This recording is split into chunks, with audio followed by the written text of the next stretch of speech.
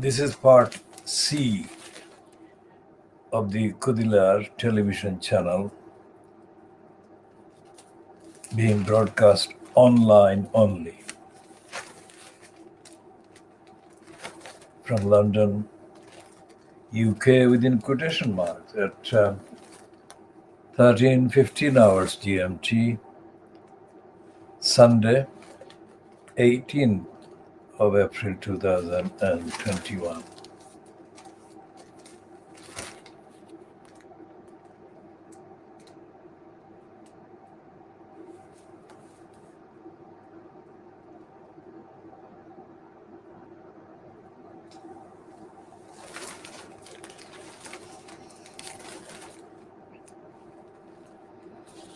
And the space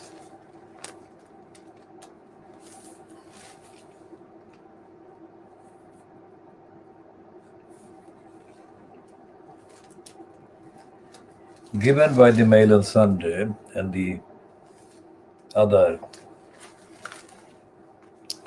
racist outlets on the feud between the princes, Harry and Wills,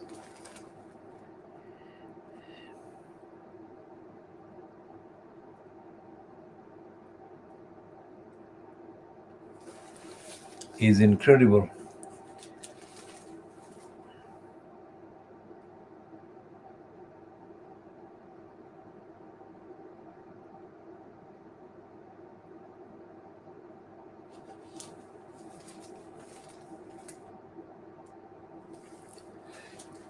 And they're talking too much about the monarchy. Far too much.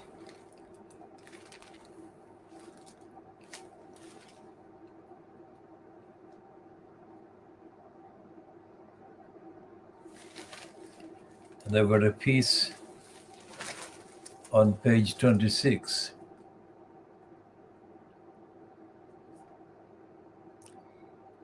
Ex-Labour Minister and Guardian Chief Lord Miners faces lobbying questions. Now, all the references to David Cameron's corruption,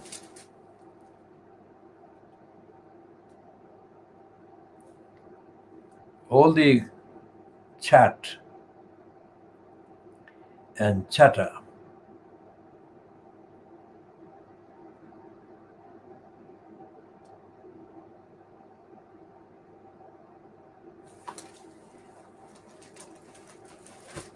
has been like a mechanical delivery. Like the separate newspapers don't actually exist as separate entities, but that they are separately titled sewers carrying the same rubbish. And the rubbish is of denial of the truth. So that's the Fleet Street papers, but we shall talk about Fleet Street rubbish as sewers more in this part.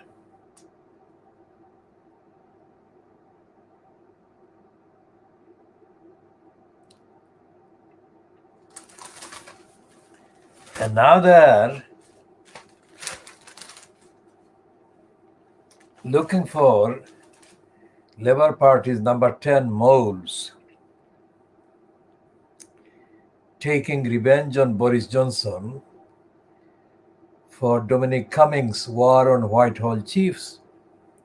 So they're saying that the permanent post holders in the so-called civil service, which is not civil service at all, it's uncivil service, right from the beginning.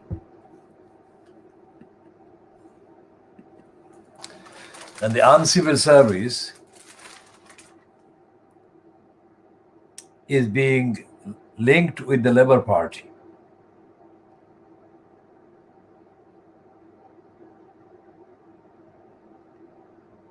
And this is page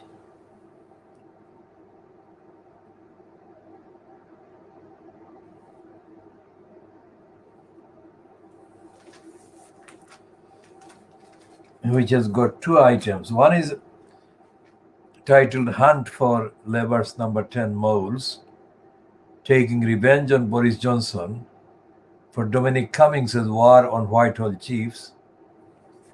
And the other is the hunt for red throat. That is the piece that they are saying is identifying the moles. So they are blaming the moles, not the corruption, not the criminality. And there is a piece also on another page which is trailed on this page, page 33. Now probe Dave's 700 million China deal. Now the £750 million deal that David Cameron made with China, of course, has not been mentioned until now. But this should have been investigated as soon as it was revealed a few months ago, or maybe a year ago.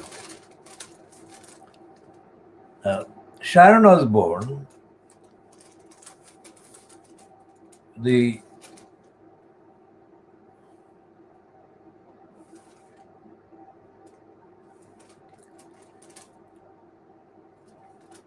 denier of racism, because she lined up with Piers Morgan, and from across the Atlantic, she sent Piers Morgan solidarity against Piers Morgan's departure from ITV, and she solidarized with Piers Morgan on the campaign that Morgan has been running against Meghan Markle. The entire episode, or the many episodes in the entire series of controversies and claims and counterclaims about two of Diana's two children, let's say the publicly identified ones, not any children that she might have had that may not have been yet publicly named and identified, but these two are the ones that were born to her while she was married. She was married to Charles Bryan. And the focus has been on these two. And what has happened when the establishment in the Buckingham Palace wanted to ditch Harry because he married Meghan, the entirety of the British Fleet Street and the media turned on Harry as revenge, because they didn't want, well, they're the racists in the royal family, didn't want Harry to marry a woman of mixed parentage or mixed race parentage.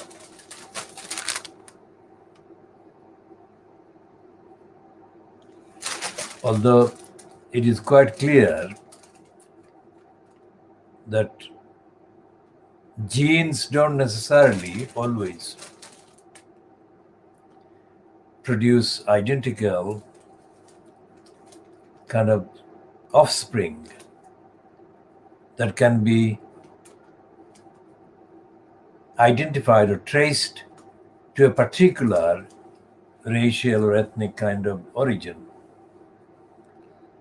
I mean, Meghan Markle looks much more white than she looks black. But the fact that her mother is African origin is the one that is at the bottom of the center of the contention against her. And they didn't want anyone in the royal family that, officially at least, that came from a mixed race parentage. And all the racists in the media, including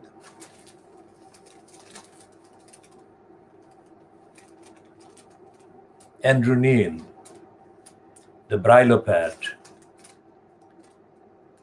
and the racist Alistair Stewart of the ITV, these racists rushed to Pierce Moron's side and gave him support and solidarity. And some of these racists who have rushed to Pierce Moron's side have been claiming that they have been themselves victimized and threatened and attacked because they supported Pierce Moron. Now, this is not true, especially not true about Sharon Osbourne, because Sharon Osbourne was having difficulties with the American employer television network or company way before Meghan Markle and Harry gave the interview, or the news became available that this interview was going to be aired.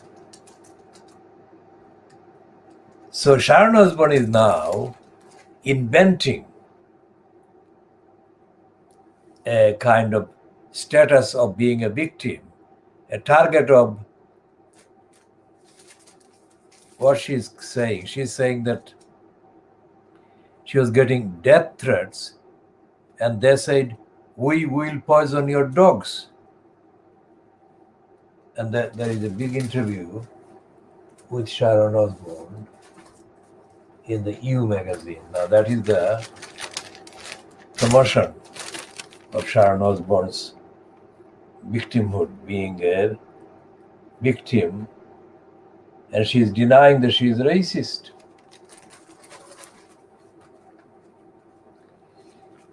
She had no reason to attack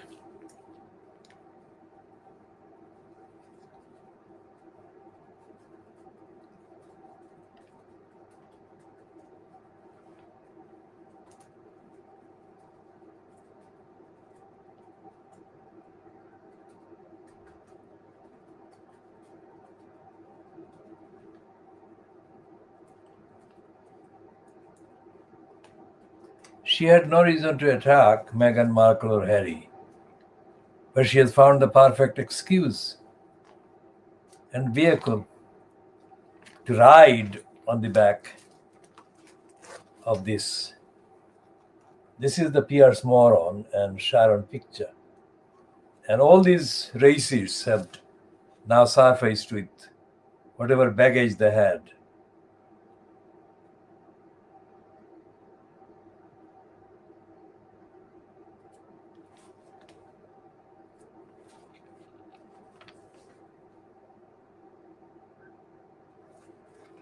And she says she doesn't want her legacy to be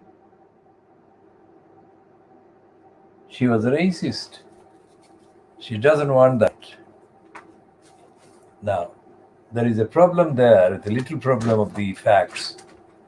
Because if she doesn't want her legacy to be that of a racist, then why did she jump on the bandwagon of the biggest racist Fleet Street coup that Moron and the other racists have organized? Because the targeting of Meghan Markle on every count is false on the facts, because Pierce Moron has said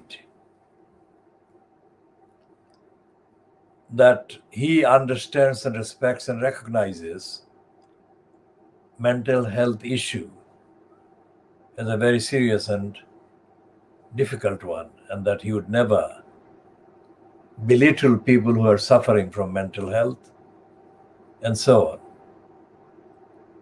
But he makes an exception. He says that anything Meghan Markle says about anything He simply doesn't believe. Now, we don't know what actually happened between him and Meghan Markle when he dishonestly and cravenly tried to befriend her. I mean, he has been married several times, and he has had many girlfriends or whatever, and he has been married with Celia Walden for a significant number of years. So what on earth was he doing, trying to befriend Meghan Markle and then spilling a completely non-existent bean? When she stopped talking to him, he went wild and he started accusing her of all sorts of things which completely are baseless. He has not produced any evidence. So what moron is saying is that he doesn't have to have any evidence against Meghan Markle. It is enough that she is black. That is what he is doing.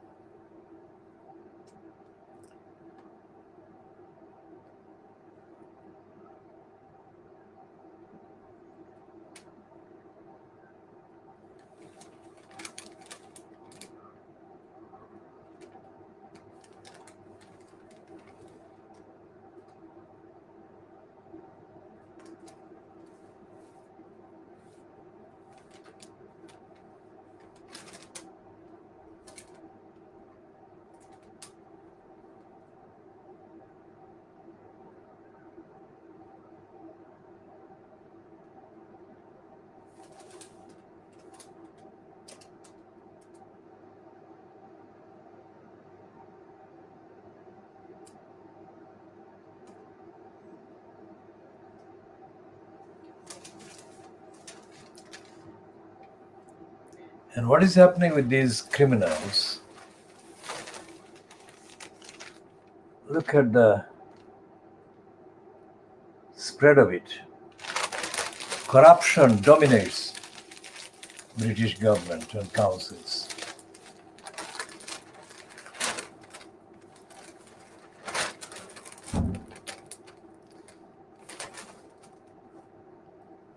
Because Cameron plotted and set up a kind of deal that totally brazenly abused his time as Prime Minister. So it's criminal offense because he was lying. That is the thing. He was doing fraud.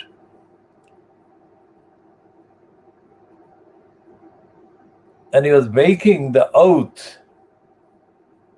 Nobody is mentioning the oath. Or have they stopped taking oaths when they take office? And the BBC is putting too many quotations around words, not to come across as being straightforward and giving negative news about Boris Johnson. And when Boris Johnson was in post as Mayor of London, this deal,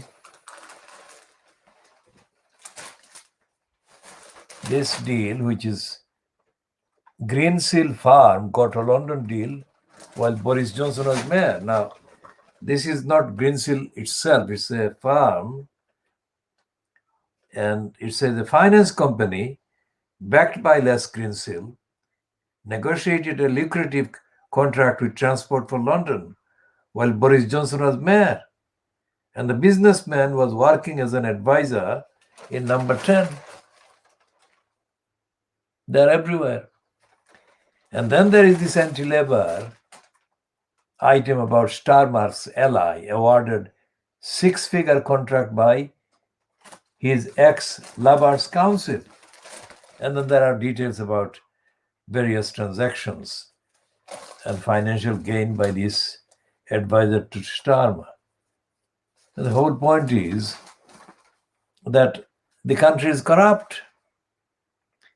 And Starmer is in the process. I mean, he has been in the process for the last,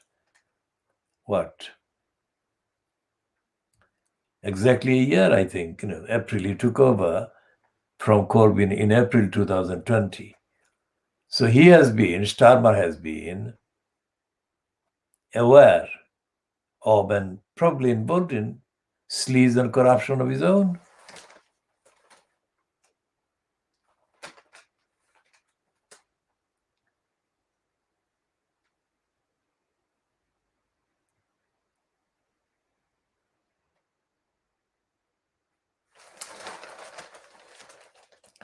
And there is something very uneasy being developed.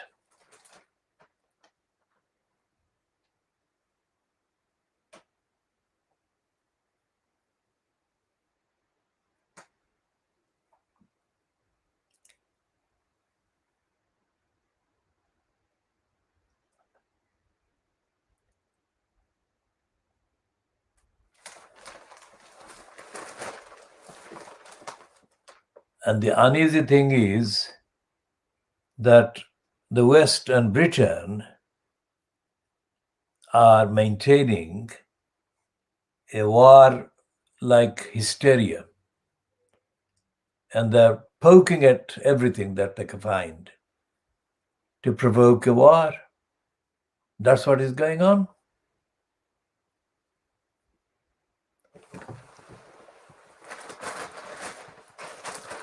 And as the minority of one on the Daily Mail, Peter Hitchens is talking about that.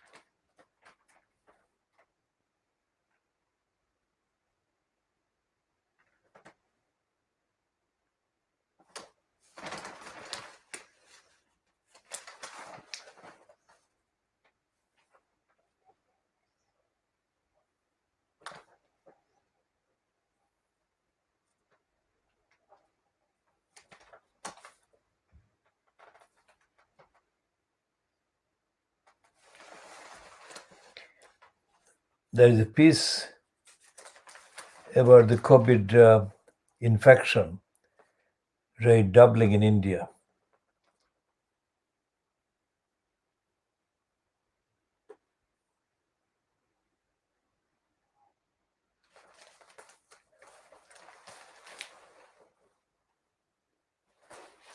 And Caroline Graham writes a pro-racist piece about America. Now, that's not taking account of the fact that black men are being murdered by police in the USA. If they had that item on a two-page spread, then that would That would make sense. But they're still in denial. And here is a piece by a woman called Mary Harrington saying, why are social justice warriors backing men who pay for sex over the women who are abused and exploited? Absolutely correct question.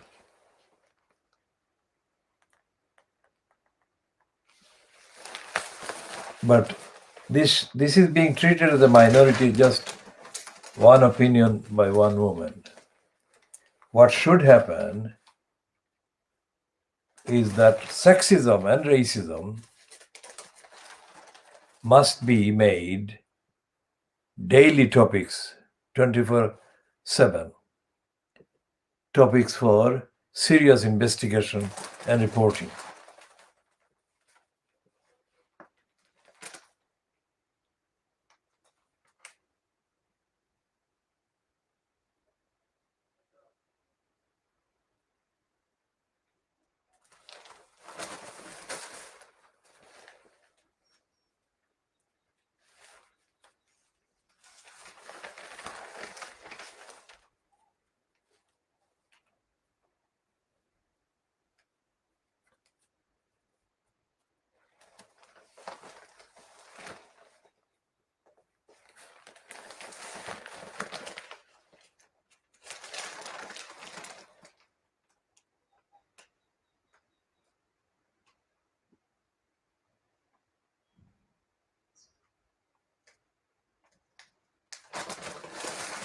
And here is a piece about a young woman who died of anorexia. And they're saying the NHS failings that cost Nikki her life. And on the next page, why did they send her home from hospital with no support when she was just 5 stone?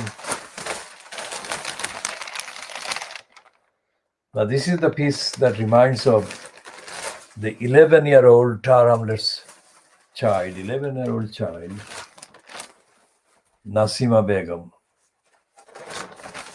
who was sent from the Royal London Hospital in Whitechapel, was sent home only a few hours before she died. She was sent home to her home in Christian Street by the Royal London Hospital Children's Unit, wrongly and irresponsibly claiming that she was okay enough to go home.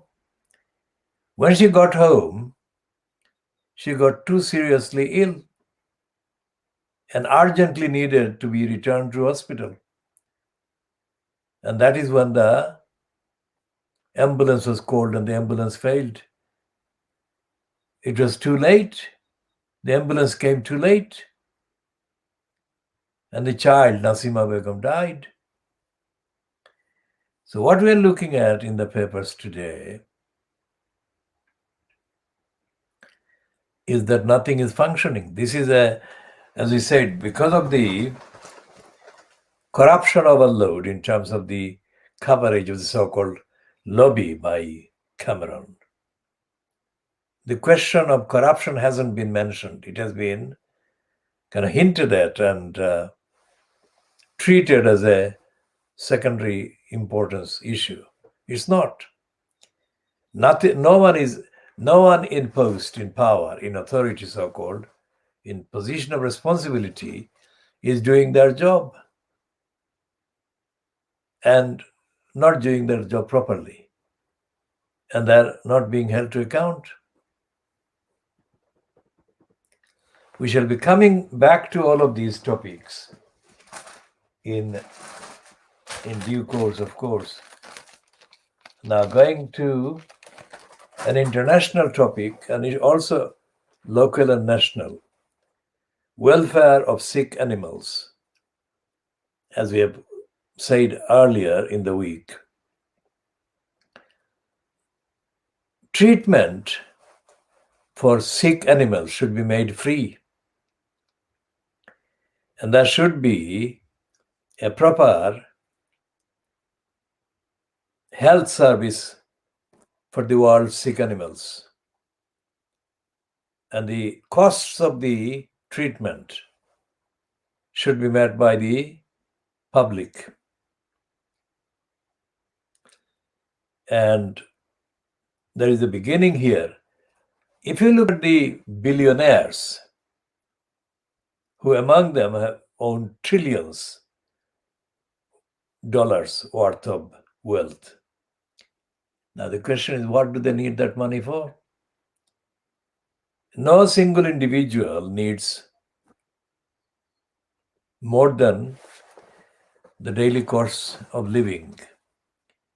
And if they need emergency kind of funds for special indulgences, then even that would not cost millions, let alone billions, let alone trillions. So that wealth must be made available to provide the absolutely free and first class and on time treatment for all the world's sick animals. And number two, animals that belong to people and are cared for by people, looked after by people who don't have the means, but who are absolutely as heartbroken as anybody else would be when they can't find the money to pay the vet's costs. That must be absolutely prohibited, banned, and cruelty to animals must become a service, the world service, to stop cruelty and abuse of animals everywhere. Now that goes with the program to save the planet, address the issues of climate at every level. And all the money that is being carried by these people should be made available to these causes for the preservation, safety of the animals, and helping their owners and their keepers, and helping the planet. And as a parallel to that, health service right across the world for human beings should be radically and urgently established. And the United Nations must be made to deliver the founding aims of opposing war and wars.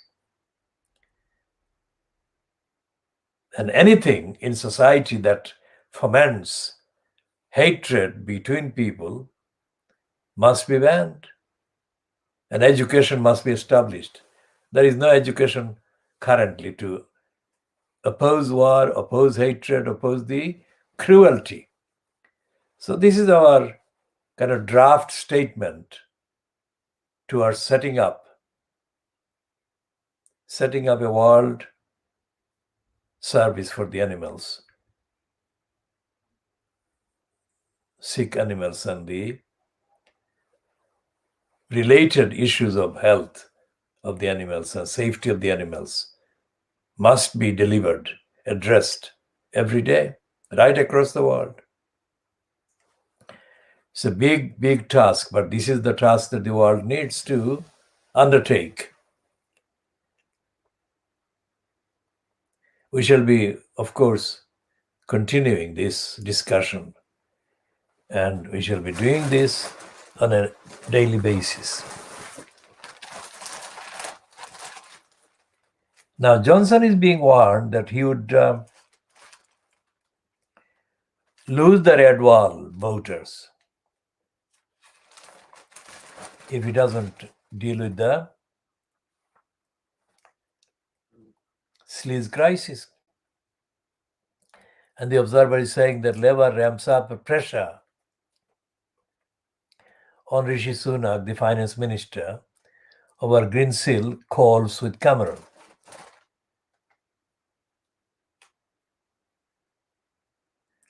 And Bernard Jenkins, who is the chair of the Public Administration Committee in the House of Commons, and who is an extremist Brexiteer and a racist, has been given a space here to do a kind of token piece in the Observer, page 7, which is headed, "The line between public service and private gain is shamefully blurred." Now, that is stupid. This man is a racist and an idiot because his comments about public service and society and everything have been ignorant right from the beginning. And he's in denial because what he's saying here, only because he is the chair of that committee, is he given that space by the Observer. Otherwise, the contents of what he says don't actually merit any platform.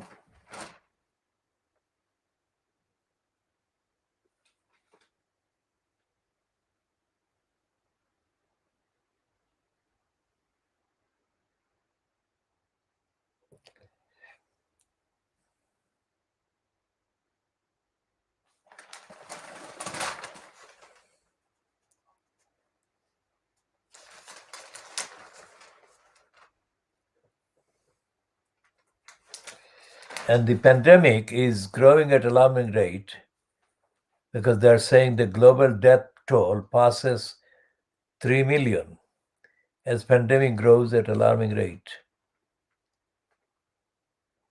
And this is written by somebody called Robin McKee, science editor. And there is another piece headlined or headed, "British families took bigger hit than European households." And let's see a bit more of this.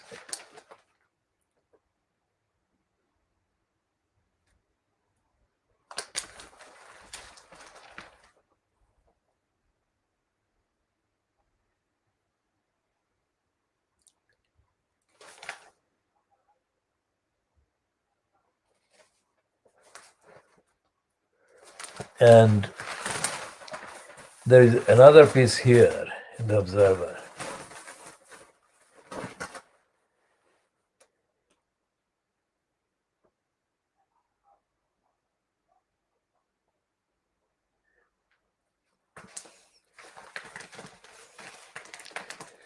The language of stoogery by this devout anti-Muslim, Muslim named kind of stooge, Kenan Malik, continues to remain in denial of the Muslims as the targets of the hatred around the West. It is headed, "By demonizing refugees, Denmark reflects a panic in social democracy." He could not be more in denial and more in stupidity. It doesn't actually tell the truth about what is going on there. Denmark is targeting Muslims, and Denmark is being racist. Refugees does not necessarily mean that at all. And here is that another piece in the Observer there. "Fire and rehire tactics rife at workplaces that are in profit, and they are claiming COVID cash."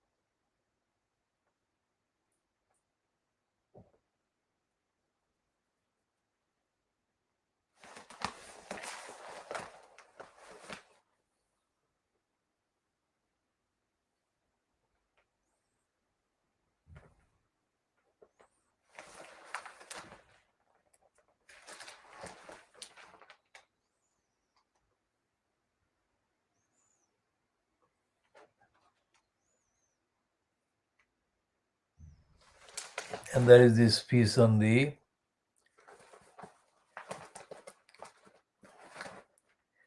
Tony Sewer's report.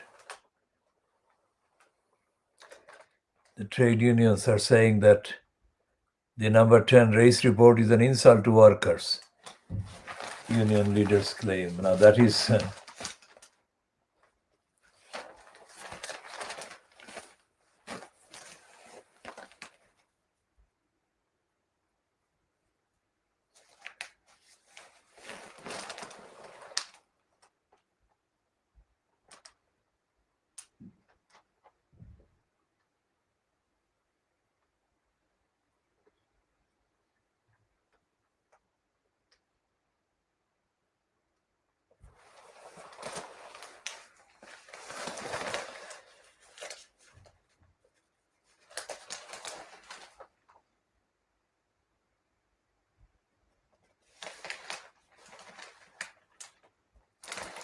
and again, women and girls have been the main victims of the latest so-called Islamist terrorist attacks in Mozambique.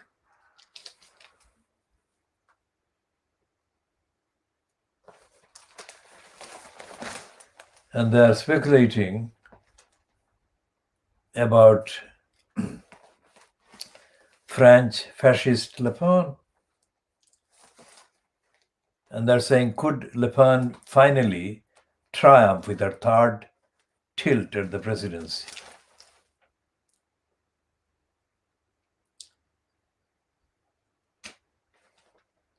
And there is a rare piece here by Simon Tisdall,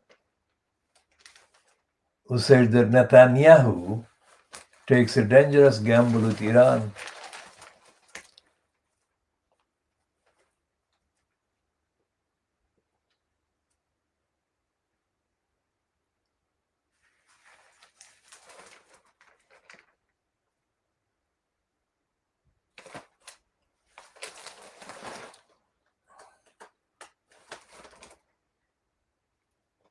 And there is a piece about this Turkish-German lawyer, Seyran Ati, subject of a new documentary, tells Harriet Sharud, death threats won't stop her fight for gender equality.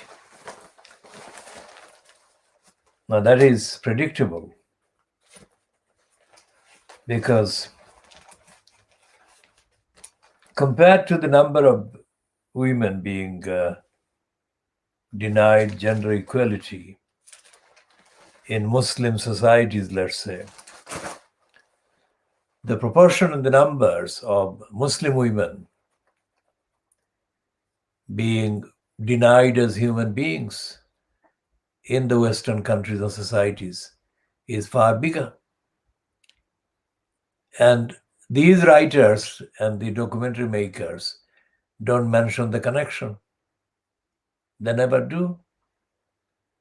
And as long as they don't do that, they lose any claim to be objective and fair and genuinely for gender equality in Muslim societies.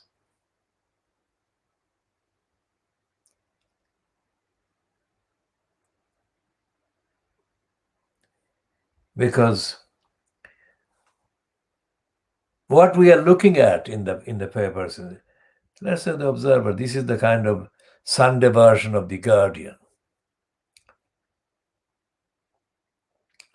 And it has got, although the Guardian has degenerated to the right a lot in the last 20 years, the Observer has retained quite a few of its pretensions to being kind of less racist than the rest of listed. But remember what I'm saying, that is a pretension. that it is not as racist as the rest of listed. It is, but the pretension says that it isn't.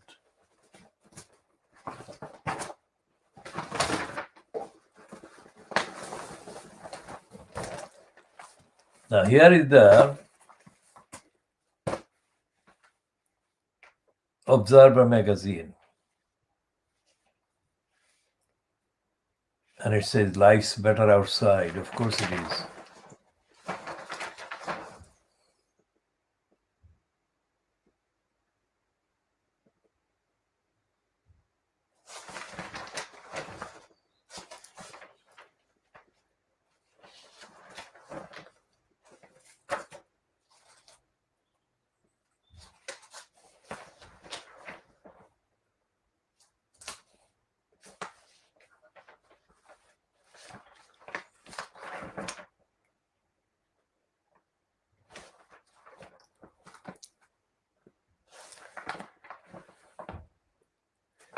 And there is no sign in the Observer magazine of poverty, racism, homelessness, corruption, lack of access to remedy through a court system. It's a fantasy world that is manufactured and invented on the perpetuation of a fantasy that is based on denial of the reality of discrimination, corruption, criminality, and all the bad things in society and in government.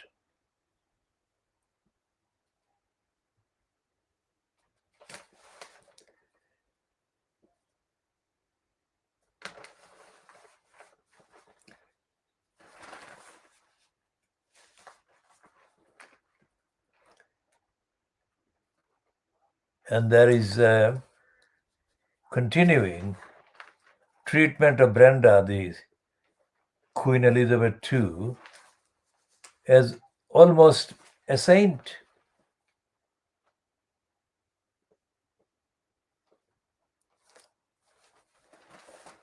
And there is this piece in the I newspaper, completely stupid. If ever a nation mourned, I think it has been today. I mean, where is the nation? Most people have not done so. So we shall be continuing on all these topics and more in the next editions.